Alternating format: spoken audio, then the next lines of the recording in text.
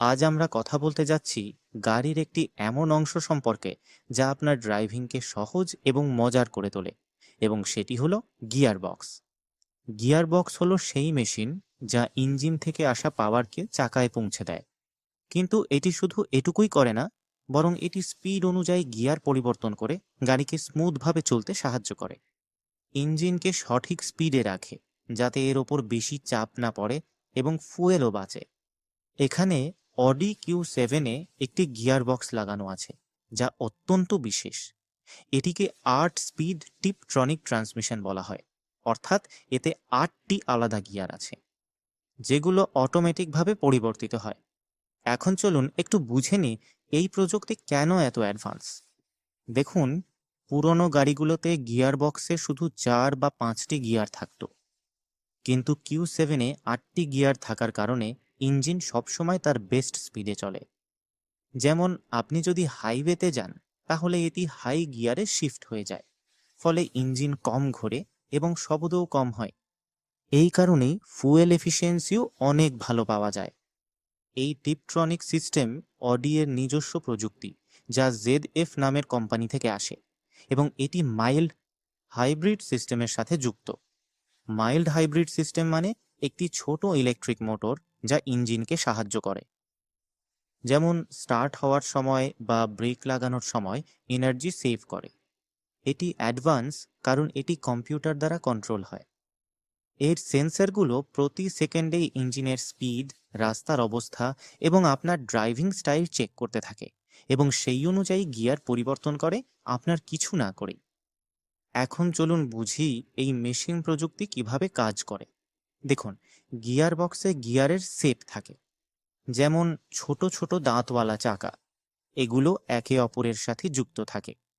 এখানে কিউ 7-এ এটি automatic transmission, অর্থাৎ আপনাকে ম্যানুয়ালি ক্লাচ চেপে গিয়ার পরিবর্তন করতে হয় না। এতে টর্ক কনভার্টার নামে একটি অংশ থাকে যা ইঞ্জিন থেকে পাওয়ারকে ফ্লুইডের মাধ্যমে গিয়ার বক্সে পৌঁছে দেয়, যেমন পানির প্রবাহ, যা জিনিসগুলোকে ঘোরায়। এখানে যখন আপনি অ্যাক্সিলারেটর চাপেন, তখন কম্পিউটার সিগন্যাল পাঠায় এবং হাইড্রোলিক সিস্টেম গিয়ার শিফট করে। উদাহরণ হিসেবে, যদি আপনি ট্রাফিকে থেমে থেমে চলেন, তাহলে এটি লো গিয়ারে কাজ করে যাতে আপনার গাড়ি সহজেই স্পিড নিতে পারে, এবং হাইওয়েতে এটি হাই গিয়ারে শিফট হয়। এর মানে টিপট্রনিকের বিশেষত্ব হলো আপনি চাইলে ম্যানুয়াল ফিলের জন্য প্যাডেল শিফট দিয়ে নিজে গিয়ার পরিবর্তন করতে পারেন, যেমন রেসিং কারে হয়। অথবা এটি অটোমেটিকভাবে এত দ্রুত হয় যে আপনি বুঝতেই পারবেন না কিছু পরিবর্তন হয়েছে, এবং আপনার গাড়ি শুধু স্মুথভাবে চলতে থাকে। বন্ধুরা, এই প্রযুক্তির অনেক সুবিধা আছে যা আপনার দৈনন্দিন ড্রাইভিংকে বদলে দেয়। এর সবচেয়ে বড় সুবিধা হলো ফুয়েল এফিসিয়েন্সি, অর্থাৎ মাইলেজ ভালো, কারণ ইঞ্জিন সবসময় তার অপটিমাম আরপিএম এ চলে। যেমন কিউ 7-এ এই 8 স্পিড সেটআপের কারণে 10 থেকে 15% বেশি মাইলেজ দিতে পারে। দ্বিতীয় সুবিধা হলো ড্রাইভিং কম ক্লান্তিকর হয়, বিশেষ করে শহরে যেখানে বারবার গিয়ার পরিবর্তন করতে হয়। তৃতীয় হলো পাওয়ার ডেলিভারি স্মুথ থাকে, অর্থাৎ অ্যাক্সেলারেশন দ্রুত কিন্তু ঝাঁকুনি লাগে না, যা যাত্রীদের জন্য কমফোর্ট বাড়ায়। পাশাপাশি মাইল্ড হাইব্রিডের কারণে এমিশনও কম হয়, যার ফলে পরিবেশের জন্য এটি ভালো। এবং ব্রেকিংয়ের সময় এনার্জি রিকভার হয়ে ব্যাটারি চার্জ হতে থাকে। আপনি যদি অফরোডিং পছন্দ করেন, তাহলে কোয়াট্রো অল হুইল ড্রাইভের সাথে এই গিয়ার বক্স রাস্তার কঠিন পরিস্থিতিতেও গ্রিপ বজায় রাখে, যেমন কাদা বা বরফে। এর উপরে এই প্রযুক্তি আপনাকে যেমন লাক্সারি ফিল দেয়, তেমনি গাড়িকে আরও স্মার্টভাবে কাজ করায়। চলুন এর একটু গভীরে যাই যে এই প্রযুক্তি কিভাবে বিবর্তিত হয়েছে। আগে 1920 সালের দিকে অটোমেটিক ট্রান্সমিশন এসেছিল, কিন্তু তখন সেটি শুধু 2 বা 3 স্পিডের ছিল। তারপর 1980-র দশকে কম্পিউটার কন্ট্রোলড ট্রান্সমিশন আসে, যার ফলে গিয়ার পরিবর্তনের সমস্যা দূর হয় এবং এটি অনেক স্মুথ হয়ে যায়।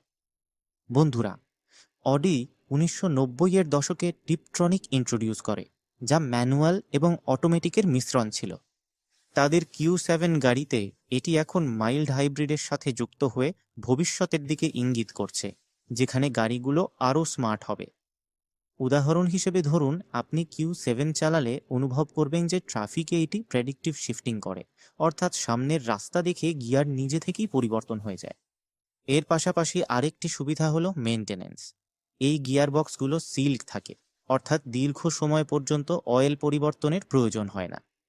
তবে বাংলাদেশের গরম আবহাওয়ার কারণে এটি নিয়মিত চেক করা জরুরি। কিন্তু একটি বিষয় বিশেষ, যে এই ধরনের অটোমেটিক ট্রান্সমিশন গাড়িগুলো বেশ ব্যয়বহুল।